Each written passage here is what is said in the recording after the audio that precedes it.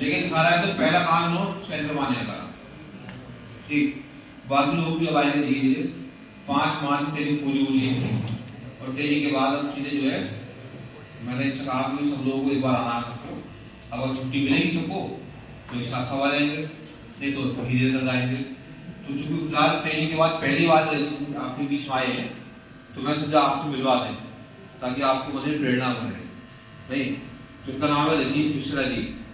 आमतौर पर लोग कहते हैं साहब पंडितों को नौकरी नहीं मिलती है साहब, तो जनरल कास्ट वाले नौकरी मिलेगी, चौहानों को नहीं मिलेगी, पंडितों को नहीं मिलेगी, बंदियों को नहीं मिलेगी, सारी नौकरी एससी वालों की है। ऐसा कुछ बिल्कुल नहीं है। आपको योग्यता होनी चाहिए, तमाम योग्यता वाले आदमी हर कैटेगरी में है, जनरल में भी, एससी में भी, बीसी में, सब में है। और जो योग्य आदमी है वो ही कामयाब हो रहा है। तमाम लोग एससी के भी एससी जो बेकार पड़े हैं बेचारे, उनको नौकरी नहीं मिल रही है ना। तो इसमें जाति का कोई मानक नहीं है। आपके अंदर योग्यता है वो कहीं भी दिख सकती है, और योग्यता के साथ साथ दूसरी चीज आपके अंदर क्या होनी चाहिए, सही मार्गदर्शन। तमाम लोग दुनिया में योग्य भी है। अब आपने क्या क्या अप्लाई कर रखी है, बीए बीएससी करने के बाद सेंटर से पीडीसी करा, यहाँ तैयारी करी स्टूडेंट की स्टेनों की, और उसके बाद स्टेनो बन गए। अब इनसे कहीं ज्यादा होशियार लोग उन्होंने एमएससी करी होगी, बीटेक करा होगा, कुछ लोगों ने एमसीए करा होगा। अब वो अभी भी खाली घूम रहे होंगे, नहीं घूम रहे होंगे। तमाम उदाहरण ऐसे हैं समाज में, वो कोई 8,000 नौकरी कर रहा होगा, 10,000 नौकरी कर रहा होगा, तो ऐसा नहीं उनसे कम हो योग्य थे। कुछ लोग उनसे ज्यादा योग्य भी हो सकते हैं, लेकिन सही दिशा में जो प्रयास करेगा, वो सही दिशा में काम करेगा, वो इस तरह कामयाब होकर आपके सामने आएगा। ठीक, तो इसलिए मैंने इनको आपके सामने बुलाया कि पिछले बैच के ये हैं। तो पहले तो कुछ ही बताएगा आपको, क्योंकि जब विदाई पार्टी हुई थी तब तो शायद इतना बड़ा प्रोग्राम था, सब नहीं बता पाए थे। तो मैं इनसे चाहूंगा कि 2 मिनट बच्चों को बताएं कि आप तैयारी कैसे करें, ये तैयारी कैसे करें।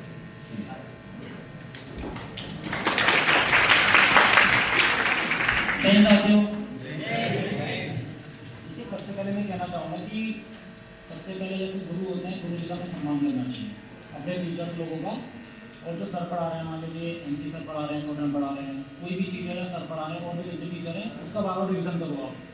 और 10 किताबों से अच्छा है कि आप एक किताब को 10 बार पढ़ो, ये मेरा मानना है। तो जिस तक कोचिंग में पढ़ाया जा रहा है उसका रिविजन सबसे पहले करो।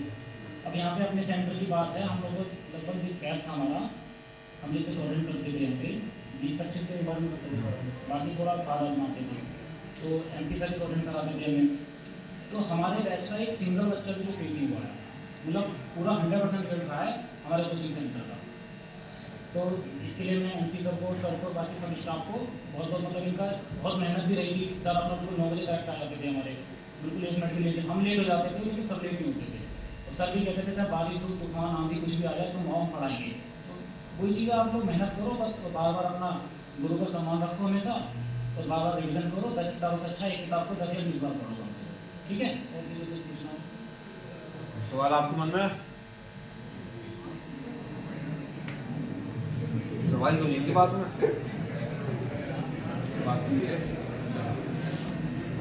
Thank you.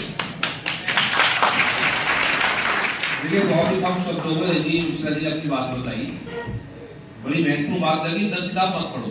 अक्सर क्या होता है किताबों कंफ्यूज हो जाती है, किताब जो मार्केट नई चीज आई उसी को लेकर आकर्षित हो गए, है ना भाई। तो युवा वर्ग है, कभी क्या होता है जब कोई भी नई लड़की आई देख के उसके पीछे भागने लगे, तो वो किताबों का दाम रखा आप लोगों ने। तो फिक्स रहो, है ना भाई। राम हमारे आदर्श हैं। राम आदर्श का मतलब क्या है कि एक पत्नी व्रत धारण करा जीवन में, ठीक, चाहे वन चलेगा चाहे छोड़ दिया, पत्नी एक ही रही। ऐसी पढ़ाई में भी आपका लक्ष्य एक होना चाहिए। एक लक्ष्य होगा तो आप जीवन में कामयाब होंगे। किताब भी मैं भी आपसे कहता हूं, उन्होंने बताया जीके की बड़े किताब खरीदो, उसे पढ़ो बार बार, और करंट के लिए अखबार पढ़ो, मैगजीन पढ़ो, बात पढ़ो, ये कि तैयार है। अब 20 किताब देकर रख लोगे उसमें कंफ्यूजन आपको ही मत होगा, क्योंकि हर राइटर अपनी बात को अपनी तरह से कहता है। एक तो वही पॉइंट की बात उन्होंने बताई। और इसके अलावा देखिए नया विज्ञापन तैयार है, आप लोगों फॉर्म भी भरा होगा, ठीक है। तो हम तो कोई आज दुनिया की बात नहीं करते, जो काम हमने करा वही आपको बताते हैं। भाई ये उदाहरण आपके सामने है, इन जैसे और 60% लोग ट्रेनिंग कर रहे हैं, और इससे पहले भी पूरे उत्तर प्रदेश पुलिस में चर्चा ऐसी बात होती है कि स्टैनो अगर मिलेंगे तो ठाकुरदार रामपुर सेंटर से मिलेंगे, पहले वाले बैच में बेसी रहा है, ठीक है। ये भी इसमें अब अगला नंबर आपका बारी आपकी है कि आप हमारी सम्मान बना के रखते हो, अजी रखते हो, है ना, करना कुछ नहीं है, फार्म आपको भर दिया है, अब आपको नियमित रूप से तैयारी करनी चाहिए, ठीक है। जो तैयारी करेगा कामयाब वही होगा, यहाँ बुला के मंच को बुलाने का मौका उसको ही मिलेगा जो कामयाब होगा, ठीक है। फिर उसमें आपको बोलना आता हो या ना आता हो ये मायने नहीं रखता, मायने सिर्फ ये रखता है कि आप कामयाब हैं। नहीं, अब मनमोहन सिंह प्रधानमंत्री थे, बोलना नहीं जानते थे, तो भी उनकी बात में सबके वजन था प्रधानमंत्री के, अब वाले प्रधानमंत्री बढ़िया बोलना जानते हैं, नहीं। तो वजन बोलने आने से नहीं है, वजन इस बात से है कि आपके पास क्या योग्यता है, क्या आपके पास पद है, क्या आपका जीवन में अचीवमेंट है, ठीक है भाई। तो आप सभी को तैयारी करनी चाहिए।